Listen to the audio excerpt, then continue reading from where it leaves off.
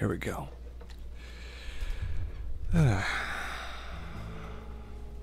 Alright, let's see how that does. Well, howdy, folks. It is the 2nd of April at 7:30 p.m. CST, and it is the year 2022. Oh my gosh. Back when I was just starting out, working through a lot of problems that I had, there was a significant time in my life when I wasn't really able to cope very well.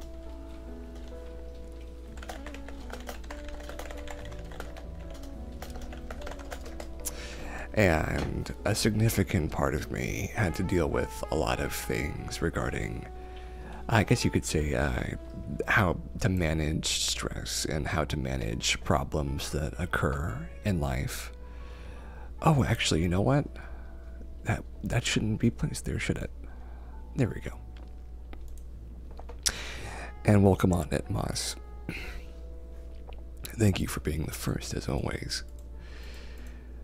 But yeah, it was always kind of a tough job for me trying to figure out how to manage myself and how to manage the world around me.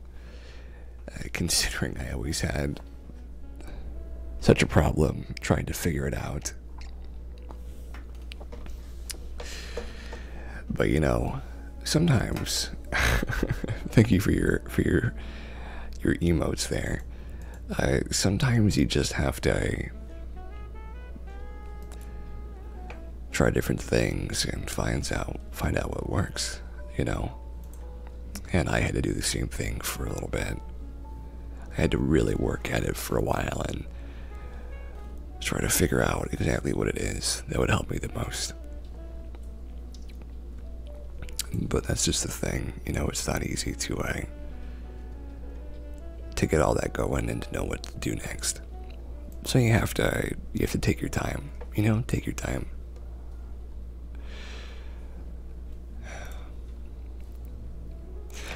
But you know, we have all the time in the world. And you know what else? I'm here to welcome you to the 74th episode of our lovely little show that we do on Saturdays. This is a show I've been doing since October 31st, and that was from 2020, I believe, was when that started. What this show is it comes from a desire to try and make the world a little bit more relaxed, a little bit more not upset with the way things are going on. And it's pretty important, right, to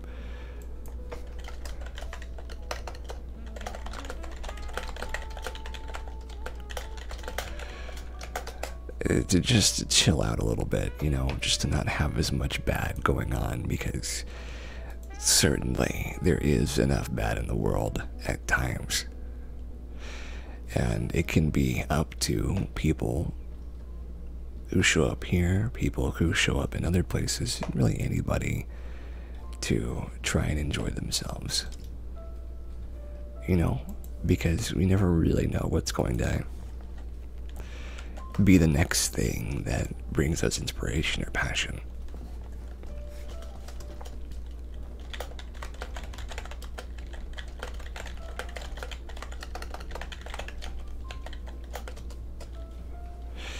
And so we have to kind of just keep pushing forward, you know. That's what I had to do for a good decade and a half, it seems.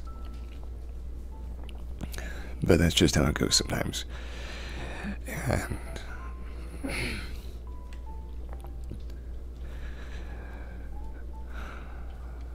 we're just gonna hang out here for a little bit and see what happens. Ahead of us, we have some good news, and we have some animal videos too. But first, I'll talk a little bit about what's going on with me. My journey to getting ripped and getting, I don't know, shredded, jacked, whatever you want to say. You know, it's getting there. I found that I have I think the levels of testosterone that it's made me have is making me get hair where there wasn't any before, and that's a little inconvenient for me. I do think one day I'm going to use a sugar waxing method on myself, because despite being physically male, I don't really like hair beneath the neck or really beneath the nose, to be honest with you. So it's very likely that I'll do away with most of that. I've always felt that, though. And maybe that comes from a little bit of a place of disliking the idea of being like a Neanderthal, you know. But I've just never enjoyed it. There's like the Henry Cavill types that get the massive, bushy chest hair. I mean, I think the world of Henry Cavill, but I don't necessarily want to have hair sort of like his. And he has a very different body structure than I do, which I do think impacts my perception of the kind of hair that I'd like. Plus, it's not quite as majestic as his, though I'm not exactly growing it out, am I? But that's okay. I'm not really interested in beard or body hair. I want a nice long head of normal, I guess you call normal hair, I don't know. People of all genders get hair across their bodies they don't want, though, and I guess I'm among them. But enough about hair. Enough about that for now. I hope you've been having a lovely week, Moss, and I'm glad that you are able to join us. So, our first good news story, let's see what it is.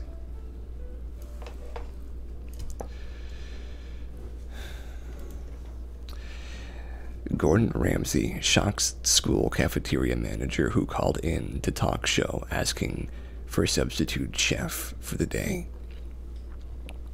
This is from the 27th of March, so it's pretty recent. If anyone wants to read this along with me, here is a little snippet of it. Oh.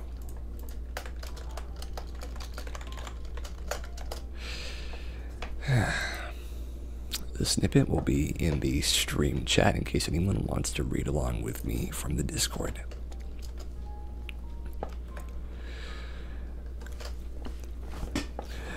A short-handed school cafeteria manager called into a BBC Radio 2 talk show asking for help in her kitchen, and everyone was stunned with what happened next.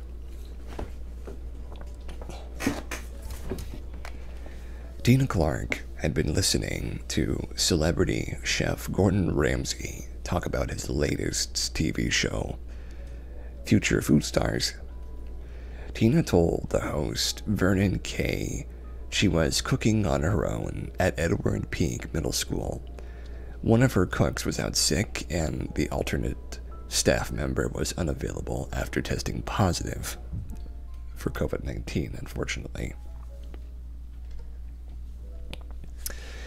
Tina then cheekily asked for Gordon Ramsay to come help her in the kitchen later today when she needed to prepare school meals for 300 pupils.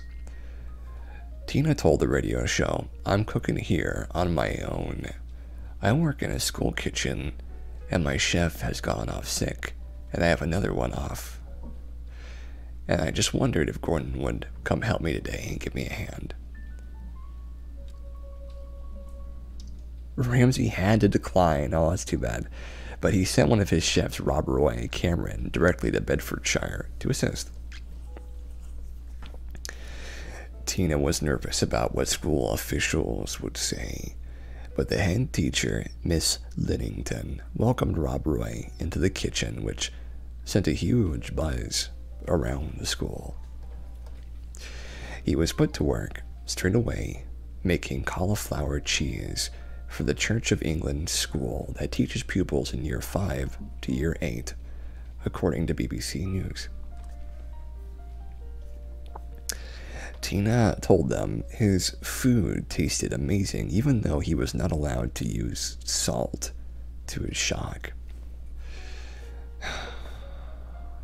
I've never actually heard of Rob Roy before. Was it Rob Roy? I've never heard of him before, but he seems like a nice enough person if he's willing to help them out. I suppose if Gordon Ramsay had been there, it would have made more headlines. It's too bad he couldn't show up on his own. For the most part, though, I'm okay with celebrity chefs. You know, I don't mind them. I know that there are some celebrity chefs which certainly I have heard things about, which make me hesitant to be interested in their careers. And I won't name any names in this capacity of this show, but there are certainly some chefs that seem to have maybe like all professions, less of an ability to be personable and to be respectful to their coworkers. I understand that not everybody is capable of making it in the world. You know, not all chefs are created equal. Not all people have the same benefits and such. However, I have seen some stuff that I do find to be a bit shocking when I hear that people got up to it. I suppose I just have a really high opinion of the culinary world, having known someone who was a very hardworking chef in my past. And I always think it's a bit tragic when people don't get treated fairly. But that's just me. Some people like that tough love approach, but me not so much. All right. So here is our next good news story. Let me see if I can get this working just fine.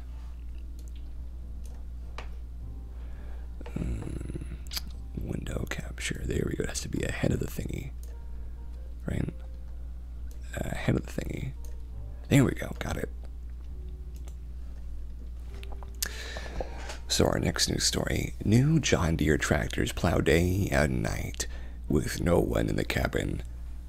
Autonomous farming debuts in 2022.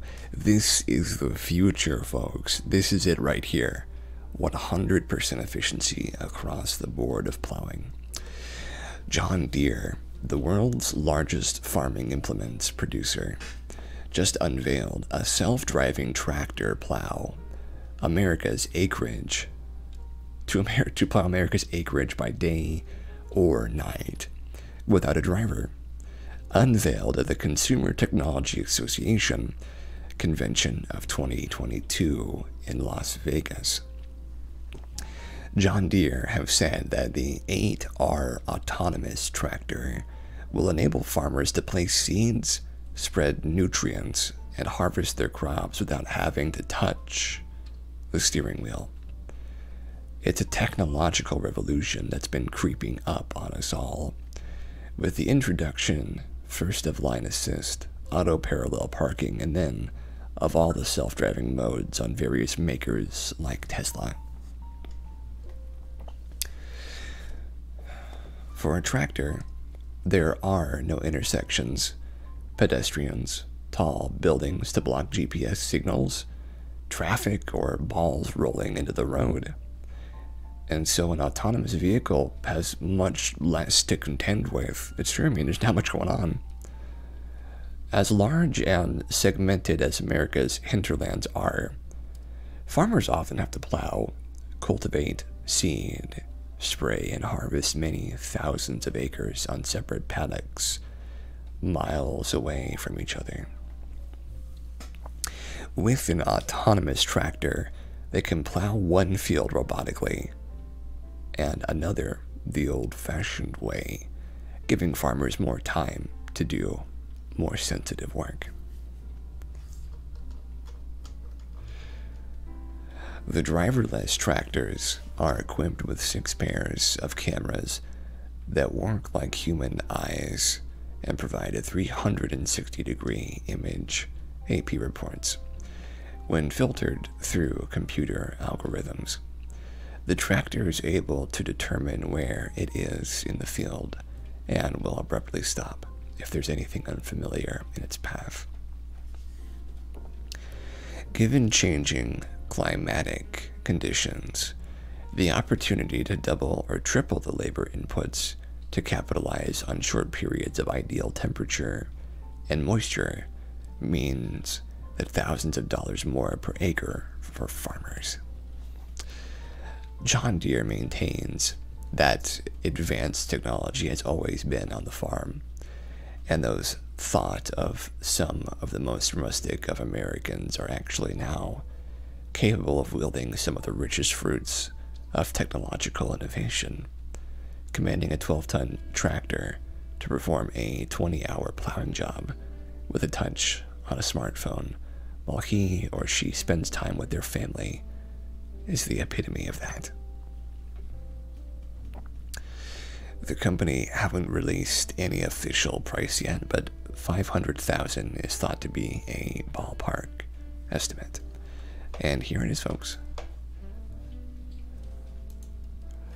The video of the tractor that drives itself. Look at that. So when people think about the stuff they'd like to spend their life doing, most people don't actually like the idea of spending their entire life plowing fields away from their loved ones. If it was up to me, everybody would simply just walk alongside with each other down these narrow streets and these well-plowed fields, just watching the work happen and talking and sharing stories, making memories and enjoying themselves instead of needing to learn these sometimes unnecessary pieces of secretive lore of how to operate machines that not really anyone needs to do. Alongside that, in the future, there will be people who will estimate that they're losing opportunities of employment because of the nature of robotics. But honestly, that is only partially true. It's partially true in the sense that the things that are better than we are at driving, they are creating a deficit of human ability to perform that same task. However, because of the reduction of needed labor in this area, right? Because Emma Pantalones, thank you, Emmy. I'm glad to see that you made it. Well, howdy there, Emmy. Glad to hear that noise. How are you doing? We're just talking about John Deere and their automated electric mower. Electric plower. Yeah, if somebody was able to, I know it's very neat. If somebody was able to just like look at their phone and see how their John Deere is doing, and then basically it just pilots itself down the fields over and over again, they can just go through and do any tiny things they need to, and then go hang out with their family the rest of the day, or learn a skill like being a lawyer or going to school. And they could still make as much money as they were making before, if not way more, because of the efficiency of this vehicle. I mean, if this thing's doing all the labor, it doesn't have to stop, right? Just hook it up to a power station and wait a couple of hours, and then it goes right back to it. It never needs to stop. This is the future for sure, because basically the same labor that would cost you about 300 hours worth of work, you can probably do in like 40 or something like that, because it does everything itself besides actually putting its own fuel in through like a charger, which one day I'm sure there's going to be some kind of crazy self-charging vehicle. This thing does it all. You don't need anyone there. I mean, it runs at night, it runs at day, it runs whenever. So what this really means is that people can stop doing jobs they hate doing, and people who want to still do it can, you know, because some people like this stuff. My neighbor loves doing this, actually. He loves using his John Deere. But honestly, if you could stop doing it, I'm pretty sure 90% of people who do that job aren't doing it for fun, like most jobs. There are people who have done it for so long that it's part of their life now, and those people, sure, let them do it. But, like, if somebody could not have to work on a farm and doing extremely intensive labor constantly, usually they will say, hey, I'm going to stop now. It's like that. Basically, the world can have a little bit of weight let off its shoulders with this sort of thing, and I love that. That's what it's all about. So for our next news story, we've got another cool one.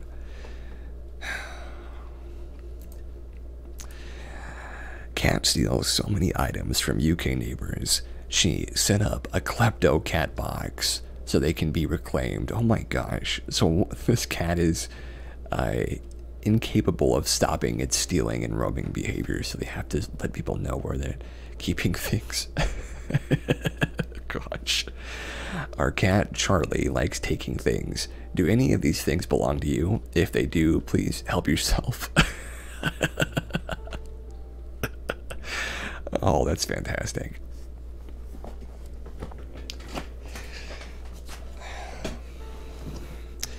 Meet Britain's most prolific cat burglar, a cheeky feline who brings home stolen items, including toys, cutlery, glasses, and even toy skateboards. Gosh. Charlie, dubbed Klepto Cat, pinches a random array of swag, such as rubber ducks and plastic dinosaurs. Owner, 41-year-old Alice Big, spends her time trying to reunite her 1-year-old pet's victims with his stolen loot. She has even set up a shelf on her outside wall where she leaves the bizarre items he brings home. Alice of Bristol first realized her cat was a thief when she woke up one morning and came face to face with a toy Diplodocus on her pillow. I think that's how you say that, I'm going to guess. Alice, who teaches A-level film at St. Brendan's Sixth Form College in Brislington, said he's well into clothes, pangs at the moment. So he's bringing laundry hangers. He brought back a rubber duck recently, which was quite large, and I have no idea how he managed that and got it through the cat flap. He went through a phase of coming back with those little mini skateboards too. Charlie brings all of his finds back to the Bigs, who took him and his sister Smudge in as rescue cats after they were abandoned as kittens. Oh, Smudge is a great name for a cat. Alice admitted he wasn't allowed out for 3 months or so, but it was almost as soon as he was allowed out that he began bringing things back. He's a covetous kitten. Over the course of a week or so, loads of toy dinosaurs kept appearing in the house, which was really weird. I saw a green Stegosaurus one day, and I wondered if one of my mate's kids might have dropped it here. The following day, I saw a red Stegosaurus, and they just kept coming. I woke up with a Diplodocus right next to my head on my pillow, which made me think of that moment from The Godfather. Oh my gosh. Finding a dinosaur under your covers. Charlie just sat there looking proud of himself. Alice says she discovered Charlie was nabbing the toy dinosaurs from a kid's nursery at the end of her road. It turned out, she said, he'd been going there and picking them all up and bringing them back here one by one. He has never caught a bird or a mouse or anything like other cats do. He just goes off and finds whatever he can. Aww, look at that awesome picture. There's nothing quite like the hug of an owner to a cat, especially a young owner. Precious little eyes, too. Her 11-year-old daughter, Martha, has now made a sign for their wall headlined, Klepto Cat. Alice said, I think there's something about the quest that he enjoys. Whether it's discovering something new or just wanting to please me and bring his family a present. It's so funny now that people are loving his story because we've been laughing about him for over a year. Whatever it is, we still love him to bits. Oh. I've never really had a strange cat in my life that's done things quite like that. When I was very young, I had a pet of sorts who would bring me halves of like fruit and stuff that they had taken bites into and then not liked. I always thought that was sweet. But then again, I was only with that cat for, I guess, relatively a short while compared to some people and their animals. So I don't know if I have the absolute best understanding of what makes animals do things like that, but that was just in a year that they did something like that, so, you know, who can say, am I right? Who can say? Oh wow, this is a cool looking one. A lot of cool people on the front of this page. Guess who's curating new exhibit at Baltimore Museum of Art? Their staff of security guards. Aw, these are such cool looking people. They're all looking happy to be there. The security guards at the Baltimore Museum of Art get asked a lot in the average day. Where's the bathroom? Where's the impressionist wing? Or how do I get back to the lobby? R.L. Standard.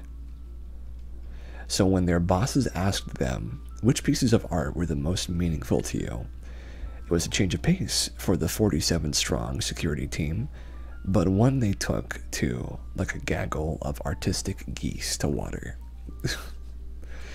Guarding the Art is a special exhibition at the BMA curated entirely by the security detail. 17 members were each asked to select 3 pieces that they wanted to exhibit, and over the early days of the pandemic, they were tutored on how to curate said lighting and write placards. Guarding the Art was first imagined back in February of 2020 when BMA trustee Amy Elias and chief curator Asma Naeem were talking over dinner about how to get the security guards more involved and how to get different perspectives into the museum. What they found is that the team had more than enough love, curiosity, and knowledge of the art profession to curate an entire exhibition. With 95,000 pieces in the museum's collection and only 1,800 on display at any given period, it's no wonder the men and women who spend all day looking at them did an excellent job. Our guards are always looking at the art and listening to people as they talk about the art, Naeem told the Washington Post. People enjoy talking to them, and their education is really a hands-on gallery experience. We wanted to see things from their perspective. There are certainly pieces of art that haven't been seen in decades, she said, noting the 95,000-piece collection. That's part of what makes all of this so fascinating. Among guard Alex Lee's 3 chosen works was Winslow Homer's Waiting for an Answer. He stated of the painting, it's strangely reflective of the experience of being a guard, a job mostly made up of waiting. Interesting. I've always thought that these are the best moments to create conversation among visitors, where we can have a commonality already, said another guard, Rob Kempton, who selected 2 abstract paintings, Interior, The Creek, and Evening Glow, as they were paintings he often felt drawn to. I hope that visitors come away from this with a new experience and that they're sort of challenged and inspired by seeing such disparate objects in conversation with each other, he told CNN. It's a simple idea, Naeem said of the exhibition, but it's asking some very profound questions about what art is and who it's for, who are museums for, who gets to talk about the arts, and who holds the knowledge. Are there other kinds of people who have knowledge about art that we want to be hearing from? And the answer is yes, absolutely. The exhibit runs from now until mid-July. So there are people across the world in all walks of life, all corners of existence, who basically know things about art and have opinions and inspirations that are only waiting to be tapped into. And the idea of doing that so easily by just being like, hey, you work here already, why don't you tell us what you think is good? I mean, that's pretty insane to me, just thinking, oh yeah, I mean, they see it every day, they're here all the time, so why wouldn't they just know already what is a good thing to have up? And I don't want people to have this idea about security guards where they're just like, they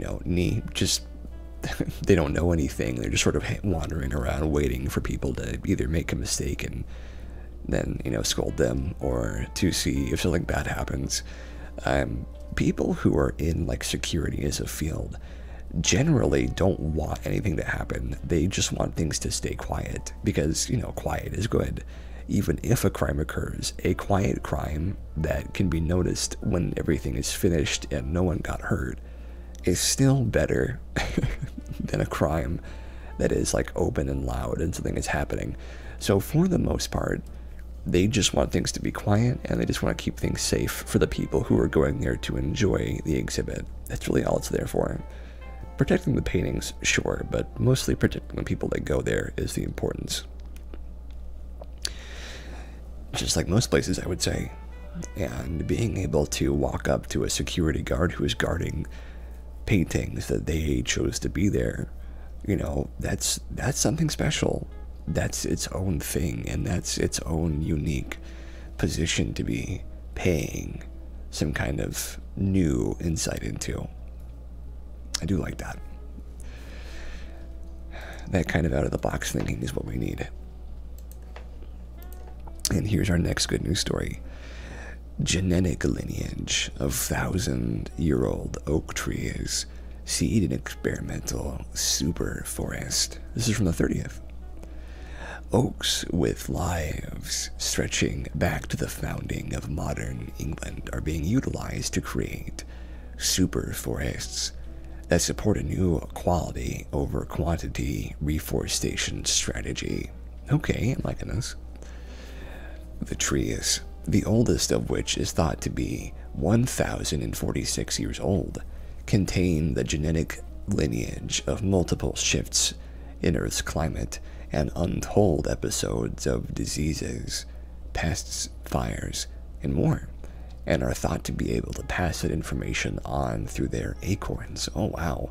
So if you got those acorns everywhere, oh, that'd be some good trees. At Blenheim Palace and Estates in Oxfordshire, nature has a special role in even a developed area of the country like the southeast. GNN reported last year that a bee expert found 800,000 native honeybees spread across dozens of hives from a species once thought extinct, all sheltering in trees on Blenheim's measly 400 acres. Even more remarkably, those 400 acres, which are the subject of a major rewilding project, also contain the largest concentration of ancient oak trees anywhere in Europe. Blenheim recently received a grant from the British government of £1 million, which is about 1.3 million USD, to plant 27,000 trees across 9 separate locations, totaling around 250 acres near the rivers Dorne and Glyme, part of Boris Johnson's plan to increase the environmental resiliency and richness of rural areas by paying landowners to plant and maintain forests with public access.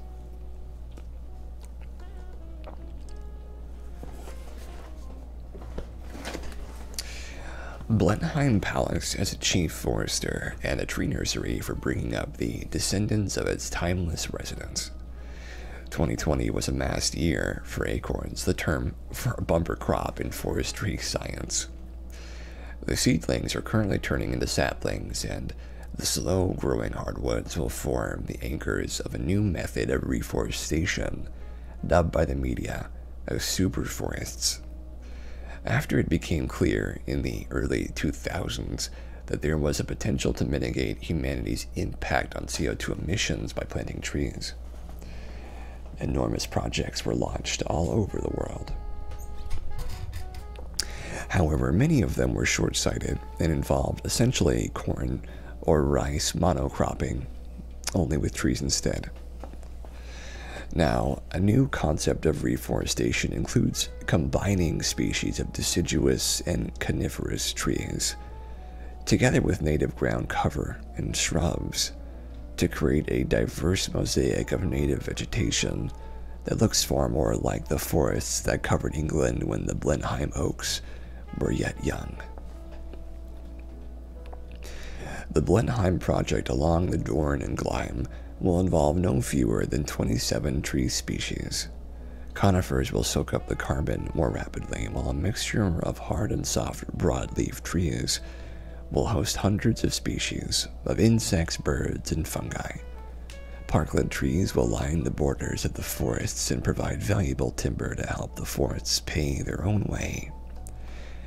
If we can say, look, there is a model that works both financially and from an asset value perspective, then this, hopefully, will encourage others to follow at scale. Forester Nathan Fall, who works on the project, told the BBC. The Blenheim oak saplings will become the most important part of the puzzle. They will provide the forests with teachers and knowledge, for contained within the genetic material of ancient trees, it was recently shown, lies the information whole forests need to stay resilient and long-lived, and to overcome climatic shifts and disease. The number of these ancient trees in a forest biome tends to correlate with the resilience of that ecosystem, and the fewer there are, the more often the forest suffers massive damage from environmental effects. Blenheim hopes their oak saplings can grow to fill this role in the superforests. They will be planted in at the entrances and in groves to create nurseries and classrooms where they can grow to support each other and the forest at large. Currently, some of the oaks are already in the ground alongside sycamores, lime, and hornbeams, but the forest will need several decades before it's really rocking and rolling. Man, wouldn't that be great if we could cultivate some super trees? Just basically, we have so many trees hanging out that there's just this unnatural amass of trees that can basically not be destroyed by any natural event that is, foreseen. To the point where basically our trees are so powerful that maybe they would even be able to absorb more hectares of carbon as well. Wouldn't that be something?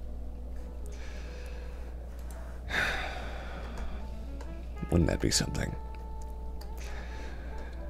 So, on to our next good news story.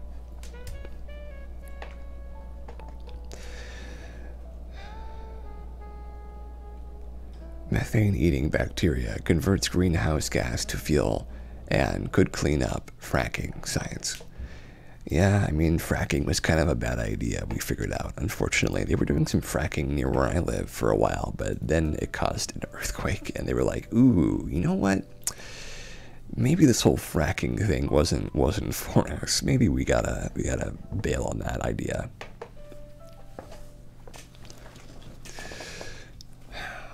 So, methanotrophic bacteria consume 30 million metric tons of methane per year and have captivated researchers for their natural ability to convert the potent greenhouse gas into usable fuel.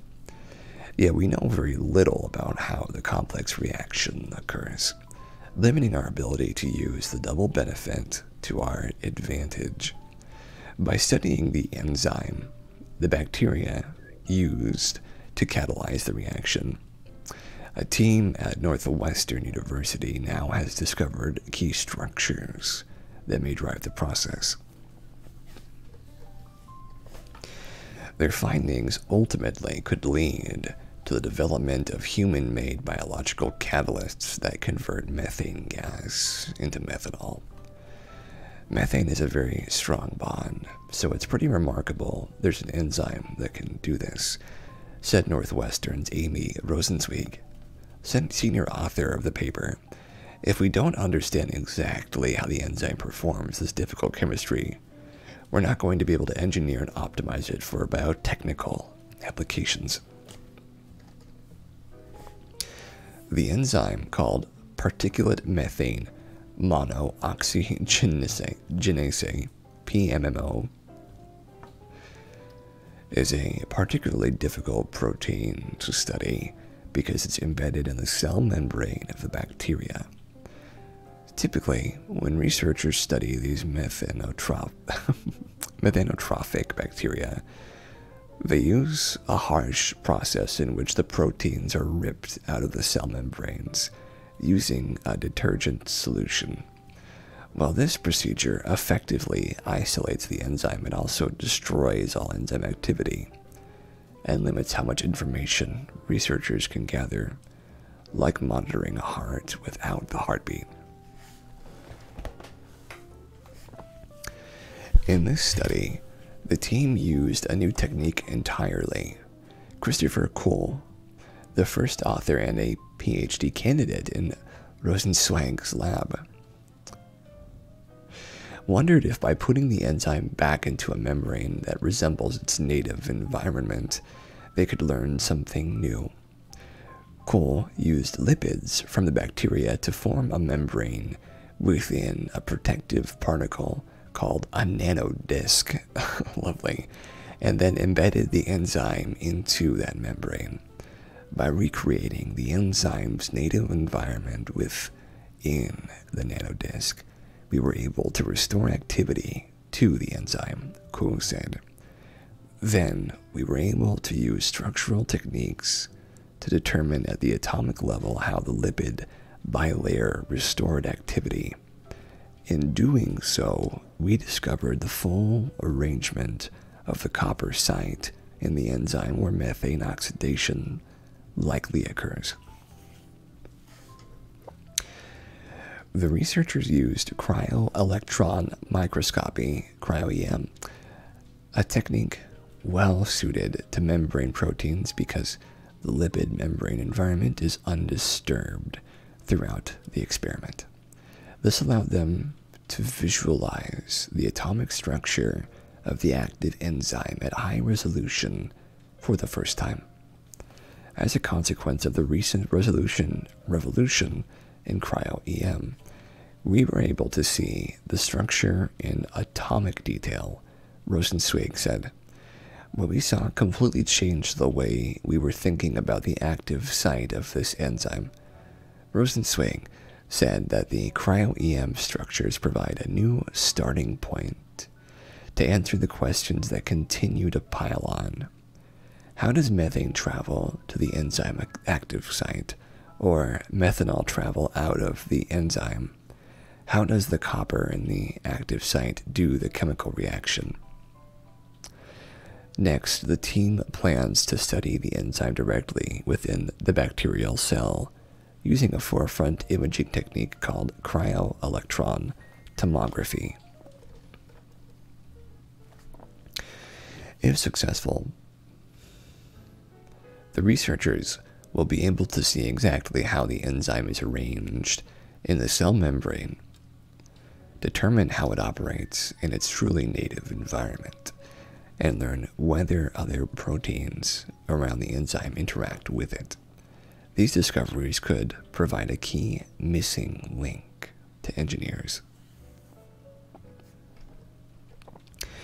If you want to optimize the enzyme to plug it into biomanufacturing pathways or to consume pollutants other than methane, then we need to know what it looks like in its native environment and where the methane binds, Rosenzweig said. You could use bacteria with an engineered enzyme to harvest methane from fracking sites or to clean up oil spills. Now that's insane. So imagine, if you will, gosh, what G&E or whatever their name is, they're like, oh, we're gonna mine this big old area for oil. The thing goes up and down, and they're all pumping and sucking the oil out, and then like a leak bursts in, and they're like, oh no, we bursted the oil, we gotta get out of here. And then they're like, well, my bad, guys, we polluted another part of the ocean, my bad.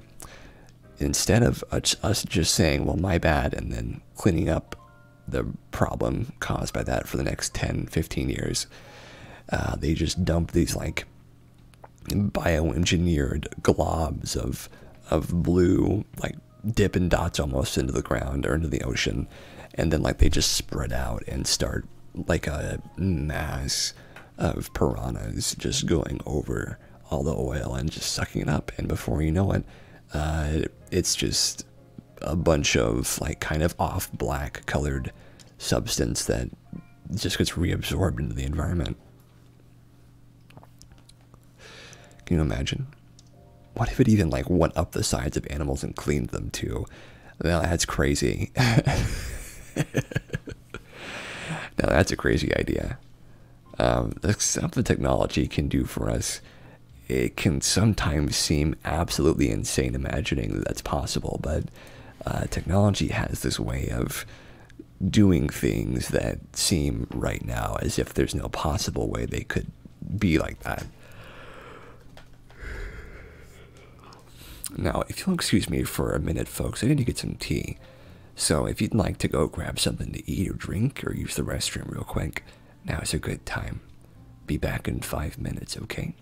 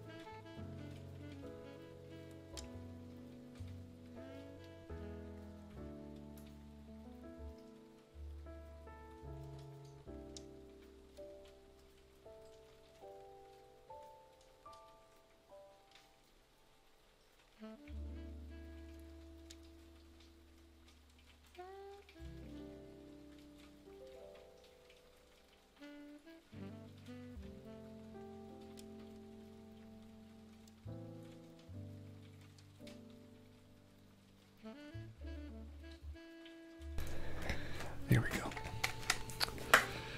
Alright, folks, I have my tea. So sorry for the wait. So our next one is kind of a crazy one if you ask me. But it's just this guy who's absolutely not spending any money on his gas if he can help it. Look at his tiny car. British man can fill up his gas tank for less than $10. I mean, you know, if you're trying to save a bit of money, then yeah, that'll do it. That'll do it. Oh gosh, look at him. You can fit between two cars like that. No big deal.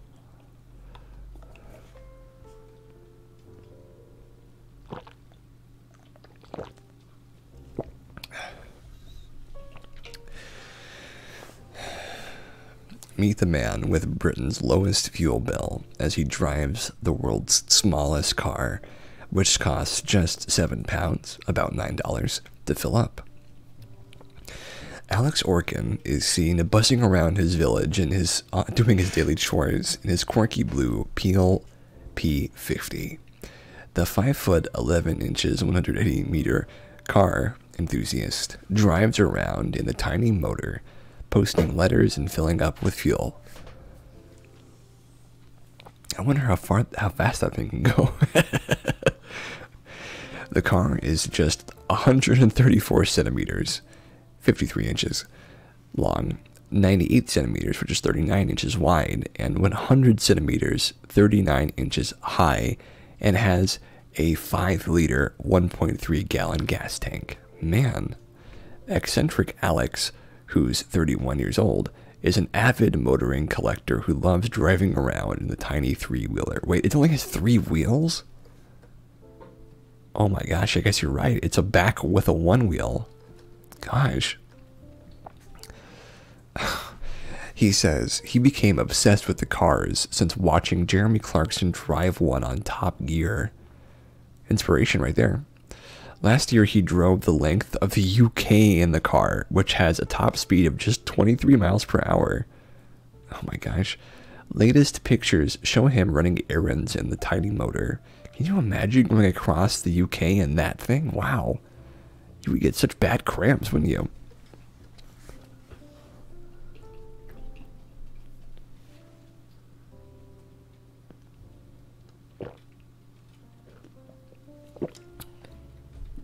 I guess you'd have to be into that to drive this thing.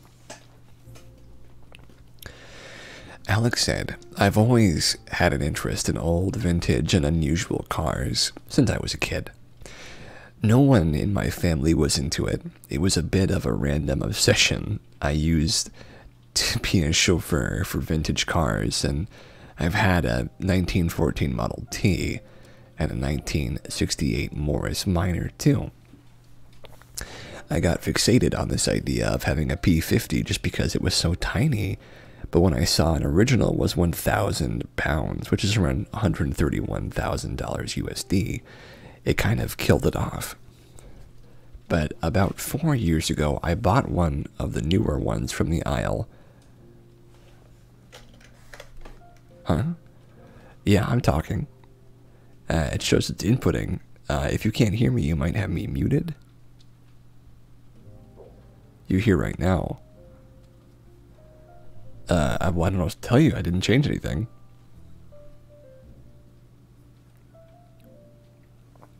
Are you still hearing the background stuff?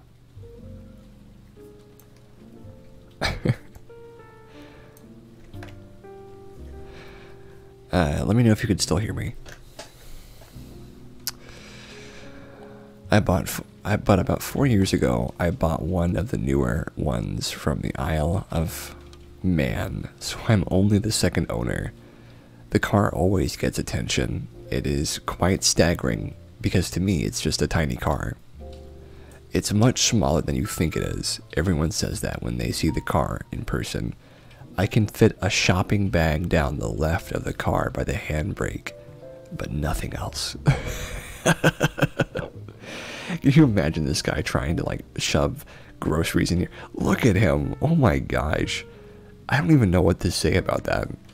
It looks like, it looks insane to me.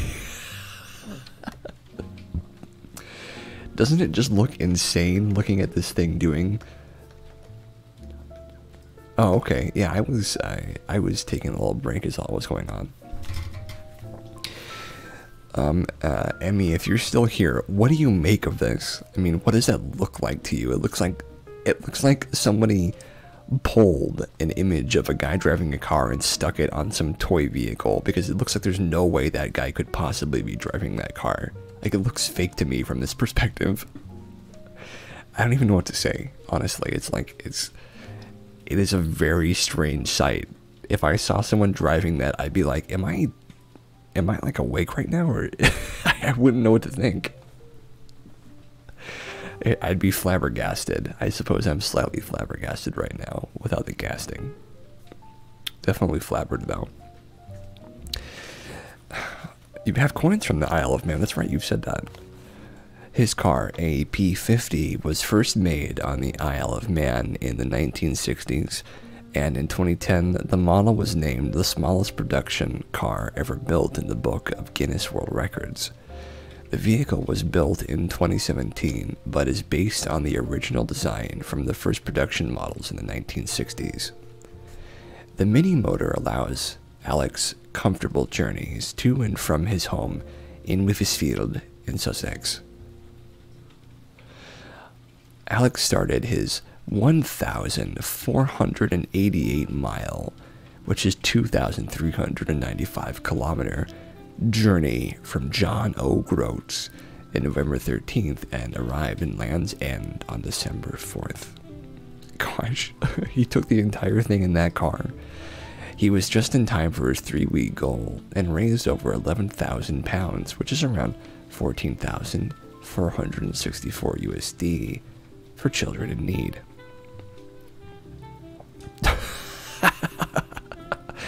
I imagine him getting into this car with just a baguette right in his face. Oh gosh. I don't even know how a person could handle having that in their face like that. Just having that insane desire to...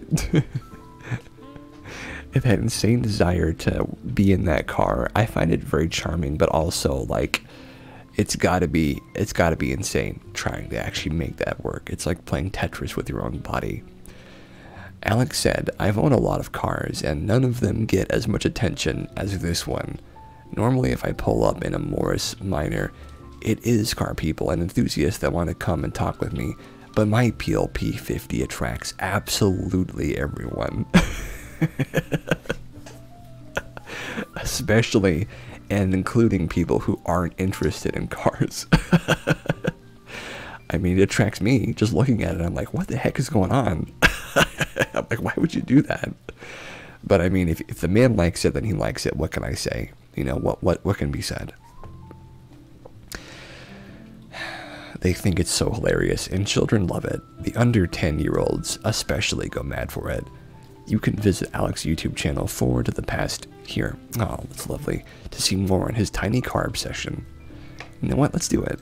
Let's take a look at the YouTube video for a second. I want to see him driving around in the tiny car.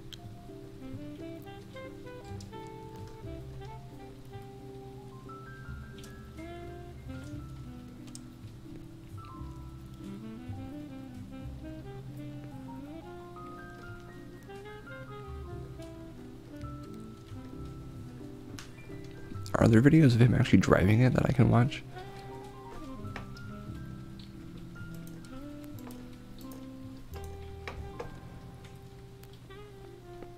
Oh, there it is. It's old Alex getting ready to go into his car. I don't want to know how he sounds because I like it better not knowing, so I can just assume. Look at him go. He's getting in that car. I can't believe he fits in there. Oh, there he goes. And the boy is off. Look at him go. Oh man, that is fantastic. And then he's just like on his journey. He's just gonna go. He's just going for it. I have to say, I respect the heck out of this guy being able to just like, he just goes for it. I mean, look at this thing. Look at this. It's like there's just no room in there for anything. You could like shove groceries behind the brake and stuff if you really had to, but my gosh, man. This guy.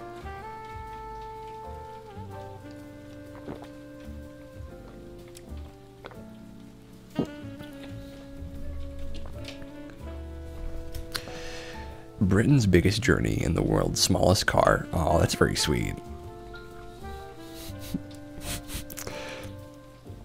I bet that thing doesn't need much repair costs either because it's just so simple.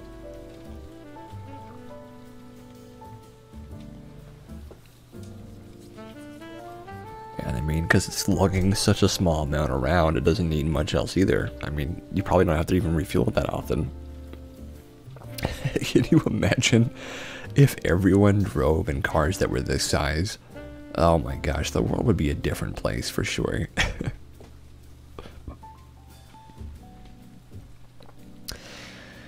Oh, gosh, I don't even know what to say. Oh, it's really a fun time watching him do all this though, isn't it?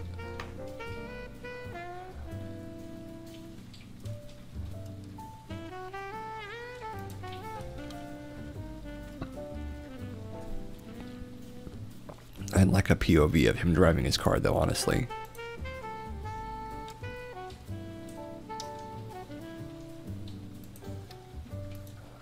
Oh my gosh, ladies, gents, and Scotsmen. That's pretty funny. It's pretty funny.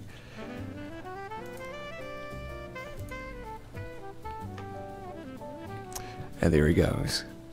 I just like seeing him go off on his car. it's just fun seeing him traveling in that. It doesn't make sense to me why he wouldn't. I guess I don't know. Maybe it's just kind of crazy, right? It's just kind of crazy seeing it happen. It just does seem insane that a person would do this, and it's very charming. You know, his little car, his pleasant smile, and his go-get-'em attitude. It's all very charming.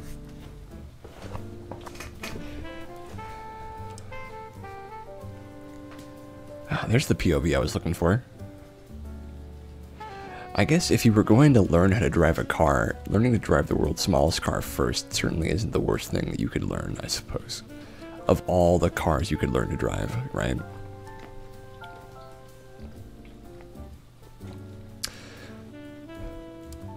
Oh my gosh, look at this. Our next good news story. Robotic dog designed in Boston patrols the ruins of Pompeii to help preserve relics. Look at him go.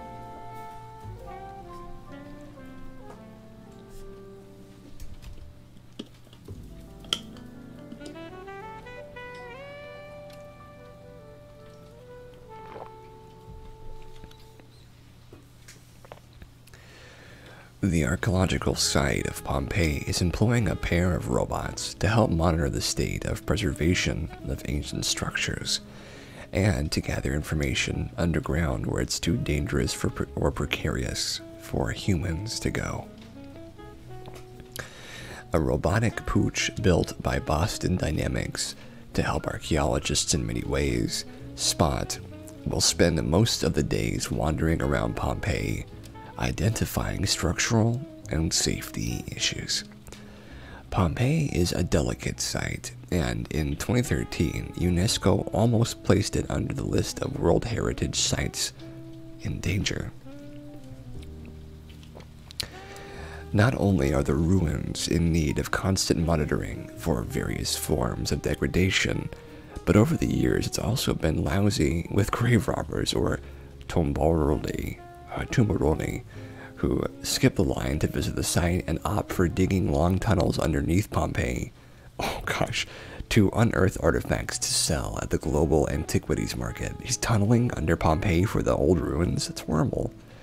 Today, thanks to collaboration with high-tech companies and in the wake of these successful experiments, we wish to test the use of these robots in the underground tunnels that were made by illegal excavators and which we are uncovering in the area around Pompeii, said Pompeii Director General Gabriel Zuchtregel.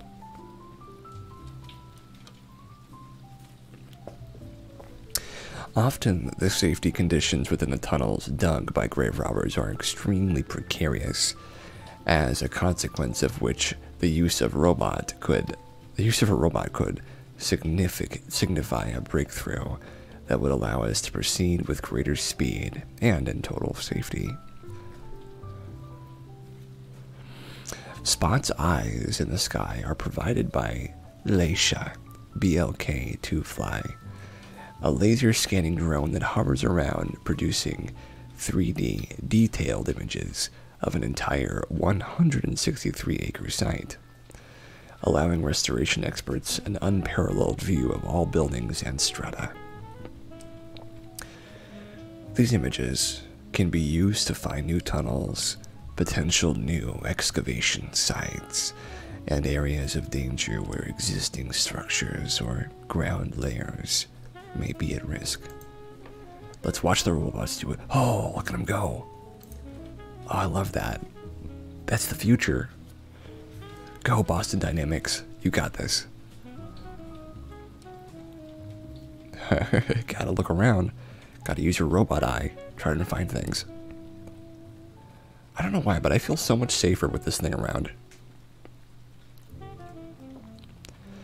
If I ever make a game that has robots in it, it would be like this, just exploring around with a robot. Just, you know, hanging out with them while they explore. I don't know why, it's just so cool. It's really cool watching those robots hang out. I feel super great when I see it.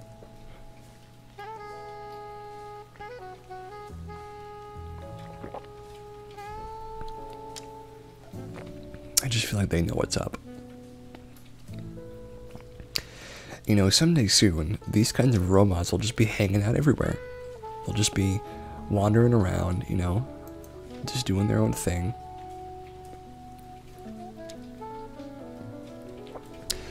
Eventually, they'll just be everywhere.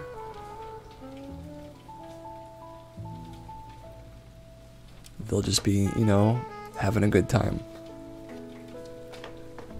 And I honestly think that's the future right there. It's just robots just hanging out and doing what they want to do. Hopefully it involves helping us. Hopefully. But who knows. Okay, we got a couple more left. This one is company's innovative smart beehive gets 80 million in funding to save bees from any hazard. Across the world, people and governments are banning pesticides and planting more pollinator-friendly flowers to boost bee populations naturally. New farmers and beekeepers are also have a way to protect bee colonies that are crucial for growing crops by using robotic hives that protect pollinators from any hazard. The traditional hive most commonly used in the world today, the Langstroth box, was designed by humans about 150 years ago. Most people are so used to them, they mistakenly confuse them with a bee's natural habitat. By completely redesigning the beehive, a company called Beewise was able to address many of the inefficiencies of the box and significantly improve bees' well-being and life longevity. Their mission to save bees recently received an $80 million funding boost for their autonomous hive. Utilizing 24/7 monitoring and smart technology that significantly increases pollination capacity and honey production, Beewise's proprietary robot beehive, the Bee Home, oh my gosh, the name of that, seamlessly detects threats to a honeybee colony, such as pesticides and the presence of pests, and immediately defends against them.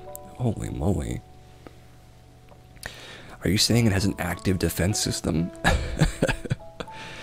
Its automatic robotic system responds to threats in real time and requires no human intervention. To reverse the trend of colony collapse, bee homes are thermally regulated and can provide protection from fires, flooding, and Asian wasps, or murder hornets as they're called. The hive even feeds the honeybees when the local food supply is not available. In a statement, the company says, Bee Home reduces bee mortality by 80%, resulting in increased yields of at least 50% while eliminating approximately 90% of manual labor when compared to traditional beehives. Robots are even putting the beekeepers out of business. Beewise currently manages more than 7 billion bees, which equates to 250,000 acres of pollinated crops. Through the Bee Home device, the Israeli startup says it saved over 160 million bees over the course of the last 12 months. My gosh, man.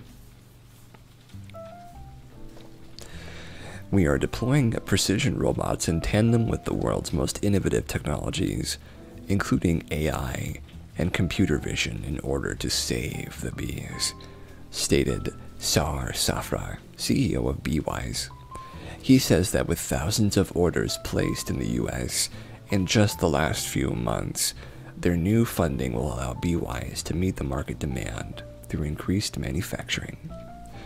Beewise also unveiled a new lighter weight Bee Home, 32% smaller and 23% more cost-effective to transport, which increases hive mobility, enabling farmers to effortlessly care for millions of bees and ensure seasonal crop pollination. While the rest of the market treats threats from Varroa mites with chemicals, Beewise's revolutionary solution uses a chemical. Aw. Well, thank you so much for your global emotes right there. The robot heats frames to a point where it harms the pests. Varroa but does not harm the bee's brood. Watch the video below to see how it works. We will in just a second here. The Bee Home's automated feeding system significantly increases bee colonies' survival rate over winter when food sources are scarce, and the monitoring is also powered by solar panels and small batteries, all run by an app. My gosh, they thought of everything. Every bee home can house 24 full-fledged colonies in an 8-foot by 6-foot box and costs $400 per month on top of a delivery fee. So you're basically subscribing for bees. So, I guess that's what this is. You're paying a bee subscription. The boxes are GPS protected, so the owner always knows where it is. There's also an automatic alert to the beekeeper if bee home is being moved. Who's stealing beehives? I guess it's a thing now, isn't it? BeeWise impressed us as the only solution addressing every complex issue that is contributing to the collapse, stated Daniel Aronovitz. Oh, thank you for your peep. Principal at Insight Partners, one of the funders. Not only have we funded a company with a fantastic business model, it also addresses one of the biggest challenges our planet is facing. We at Insight couldn't be more excited.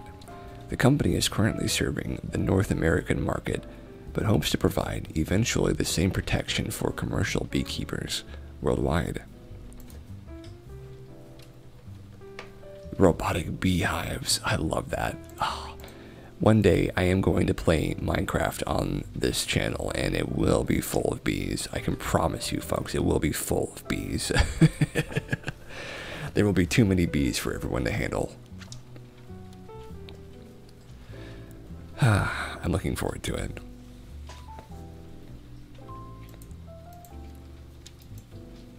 Wow, so it's like a big box. It is just a giant box. My gosh. Wow. This is the same video. No, it's not. Okay. So this is like, it is like a cargo crate, basically. A cargo container that's just full of bees. My gosh. It is a cargo. Wow, it is a cargo trailer. Up to 2 million bees in that thing. Wow. Oh my gosh, look at that. What? It just does all the job. It just does everything. It does absolutely everything. You don't even need to do anything to it. You just hang out and then... Wow. Look at them go, all those bee boys. Oh, they're so cute. I don't know about you guys, but I think bees are absolutely adorable.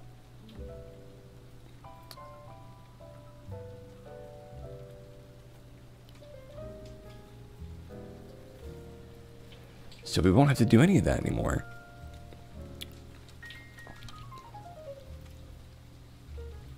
Wow. Oh my gosh, look at that honey.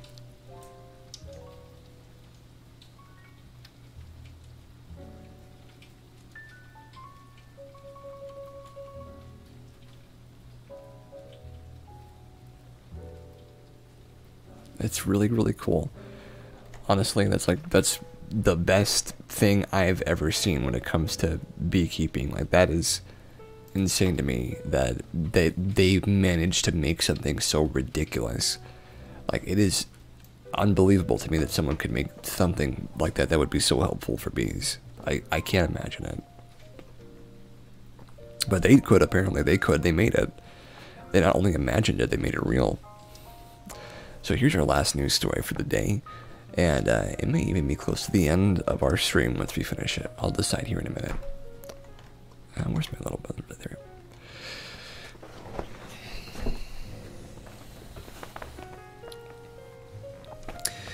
So, EV charging answer. Quantum technology will cut time it takes to charge electric cars to just 9 seconds. So that's from like 3 hours to 9 seconds. My gosh.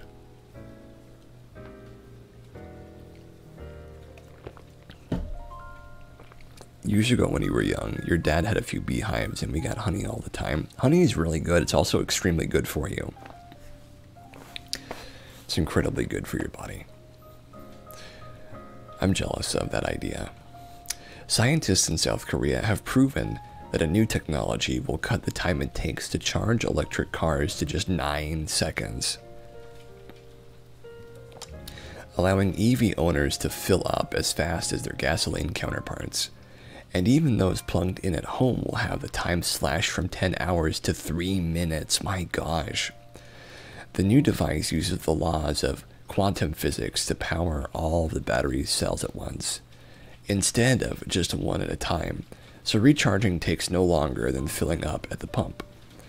Electric cars were rarely seen on the roads 10 years ago, but millions are now being sold every year, and it has become one of the fastest growing industries. But even the fastest superchargers need around 20 to 40 minutes to power their car.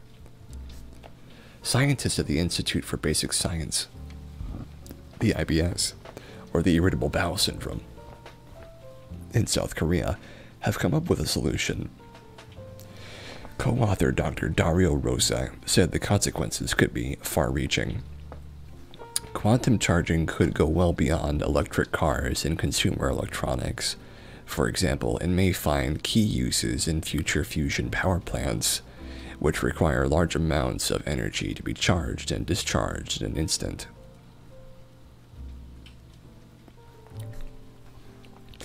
The concept of a quantum battery was first proposed in a seminal paper published by Aleki and Thans in 2012. It was just theorized that quantum resources such as entanglement can be used to vastly speed up battery charging.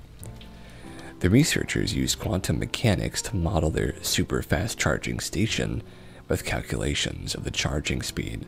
You don't like honey, it's sticky? Well, it is sticky, but I mean, when you actually get it in a good form, like almost like a buttery form, in butter form, it's much better than when it is in goo, molasses, honey form. You want almost like a marmalade.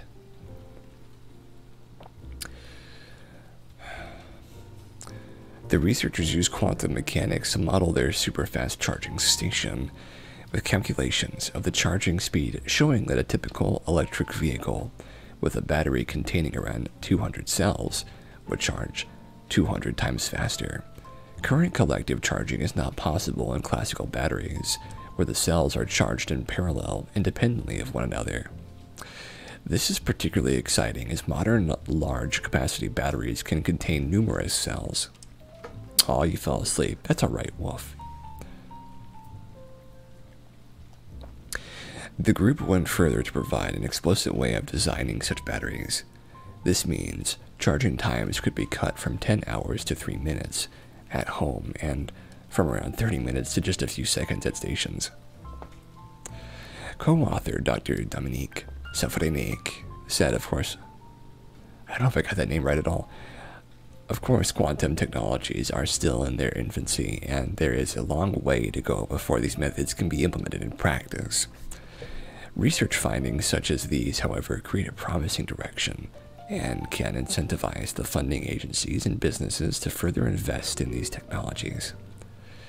If employed, it is believed that quantum batteries would completely revolutionize the way we use energy and take us a step closer to our sustainable future. The findings were published in the February 8th edition of the Journal of Physical Review Letters. So I'm actually very much a fan of the idea of this crazy charging speed, because what that could mean is effectively when we're charging things like charging batteries or really charging anything at all that you can imagine, effectively we could have a system of charging that is so widespread and so fast that basically things charge faster than the rate that we use them,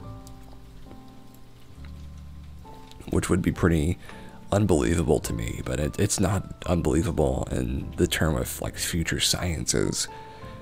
Gosh. So I think it's time for some story time. And if this helps you get back to sleep, Wolf, then I'm happy with that.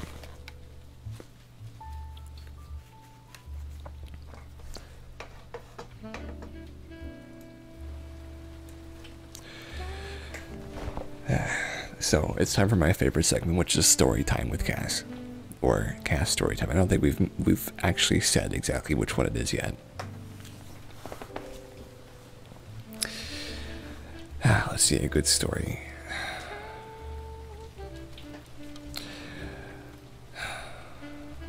So, I have a story for you now. This story takes place in the year 2013, almost 10 years ago. A young Cass. He was so elated and excited for the idea of a strange courtroom reenactment that was happening inside of his English class. I believe it was my 4th hour, but I could be, no, that was, yeah, 4th hour, just after lunch. I remember that now. And in that 4th hour, we were doing a reenactment of Beowulf, but as if it was a courtroom, and I had taken it upon myself to take the easiest job, which was being the being the journalist for Beowulf. I don't know what the thought behind this project was, but it had a lot of energies in it, a lot of young people placing their projections of failed parents and failed aspirations into the act of acting out this drama. And so it was very strange, a very strange thing. I remember very well that I felt particularly keen on being a detective slash journalist and making strange and weird stories that were implicit and important to the world of Beowulf. But no one really cared that much about that world, and so it was kind of just glossed over by most people. I felt the need to explain myself simply because I was so interested in being seen as smart and intellectual that instead of letting people see it for themselves, I explained it to them, right? Explaining a joke or explaining a mystery. But I guess the idea of a mystery in general is that it's found out by someone of proper or equal or greater intellect. And then when they find it, they get the satisfaction of exploring what that mystery was and what it meant. I was so afraid to let somebody else explore that mystery and figure out what it meant that I was so keen and willing to spoil it for them before they even had a chance. I guess you could say it was the same thing as a person attempting to show the level of intelligence they have, perhaps as a means to confirming or reaffirming it to themselves, reaching out, trying to bargain sort of under the table with someone who doesn't even know you're doing it, just so you can get a compliment from them, in the short term, instead of leaving a lasting impact that can actually be remembered. Luckily, I remember this, though I doubt anyone else does. And what I remember is that there was a person from photography class there, a younger woman, maybe a year younger, with a blonde ponytail, but is a light blonde. Maybe slightly darker than I'm remembering. And she had such a face of awe, seeing everything going on in the classroom, and I remember this one moment so clearly. I was smiling, enjoying my outfit that I had designed for myself and that I had worn. I remember my teacher used to call me Slim. That was the name she had for me. Slim and Slick and things like that is what she would call me. I suppose they're similar to pet names, but I would refer to them more as partial endearment, because she was only a partially endearing and endeared person to me. The kind of endearment you get when a teacher thinks that you are interesting or curious, but doesn't really want to compliment you because of an ego problem they may suspect that you have, which was a reasonable suspicion to have of me at the time.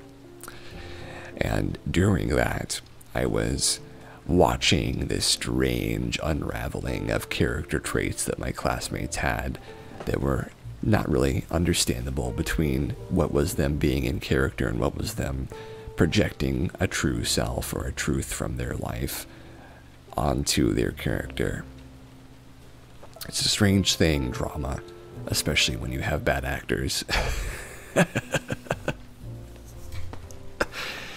And a teens drama, an adolescent drama with poor actors and poor thought process ahead of it certainly made for an interesting thing to watch for my fourth period. However, while I was watching this photographer, the young photographess, I'm trying to think of a name for it, a cool name. The young photographer, who was also a young lady, was taking pictures, and I don't know how I knew this, but the memory that I have is of myself feeling out of the corner of my eye that there was a photograph being taken, lined up a shot, that the aperture was beginning to close. And so, looking out of the corner of my eye, I saw that she had her camera focused on my smiling face. And instead of continuing my smile and having belief in my charisma and belief in my personality and that my smile was worth photographing, was worth a photograph, I stopped smiling and I looked away. Isn't that something? I have frisson and chills just remembering it and recanting it to you now. But the nature of things like depression is you have a single moment where you have forgotten what's happening around you, but the threat of somebody else seeing you in that moment of vulnerability can be so dire and so fear-striking that you can be stricken. And you can think, there's nothing I can do now except for recoil back into that coolness. But that coolness can sometimes be just a hesitant and shadowy manipulation of being who you really are. I don't know about you folks, but oh, thank you for your puppers, Wolf. I hope that story wasn't sad. I'll tell you the ending after that. Grendel gets put on trial. I think he gets sentenced to jail. I don't remember how we figured that out. But afterwards, I kept my fedora on because I was so, jazzed up by it. And the principal took it. The principal happened to be just across the school where I was walking. And he happened to take my fedora. He gave it back to me. I don't wear fedoras anymore, but I guess that was the thing I was doing at the time, which, whew, fedoras didn't age very well, it seems. But yeah, honestly, it is a strange thing to look back on the past and to be so very deeply connected with a mistake that you're aware of and that you know that you made. And to even say mistake, I suppose, isn't true. But to say that I was not true to myself in that moment does feel true to me. And the only thing I could caution is that if you notice that you have that moment, you don't have to pull yourself away from it. You can live in that feeling, even if it is a feeling of embarrassment. It is okay to be embarrassed. It is okay to feel a cringe or a pang or whatever you feel. Trying to resist feeling something is like trying to fight the wave. A fedora, F-E-D-O-R-A, is a type of hat, and they haven't aged that well in culture.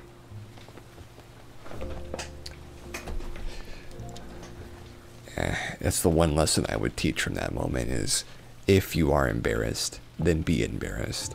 Or if you are feeling like you're being childish or immature, then feel that and experience that and know that it's real and there in front of you and in your arms. And if you regret something, let it be that regret that you felt too much. Regret that you felt more than you were expecting and that you made yourself more vulnerable than you thought was right. Because if you can have a regret in this world of doing too much and giving yourself too much freedom, giving yourself too much openness, that's a regret worth having. Anyway, folks, Fedora was a big thing a few years ago. It was. And hello there, Chia. Well, folks, we have come to the end of our time for this stream. And hey, you know, this was a great one. I really enjoyed myself this stream. I hope that you guys did too. And I hope that coming up, you know, you get to have a great day ahead of you. You should have known that. Oh, it's okay. It's okay. Not everyone knows all that stuff, and there's nothing wrong with that. And so we come to the end of the stream as we've come to the end of our time. Hey, thank you guys so much for showing up. Thank you to Chia and Moss and Wolf. And thank you to Emmy for showing up and following. She's a sweetheart. Go check out her stream if you can. And as for me, that's it, you guys. I hope you have a safe night and that you get to sleep just fine and that you take care. I'll see you guys next time. Bye-bye.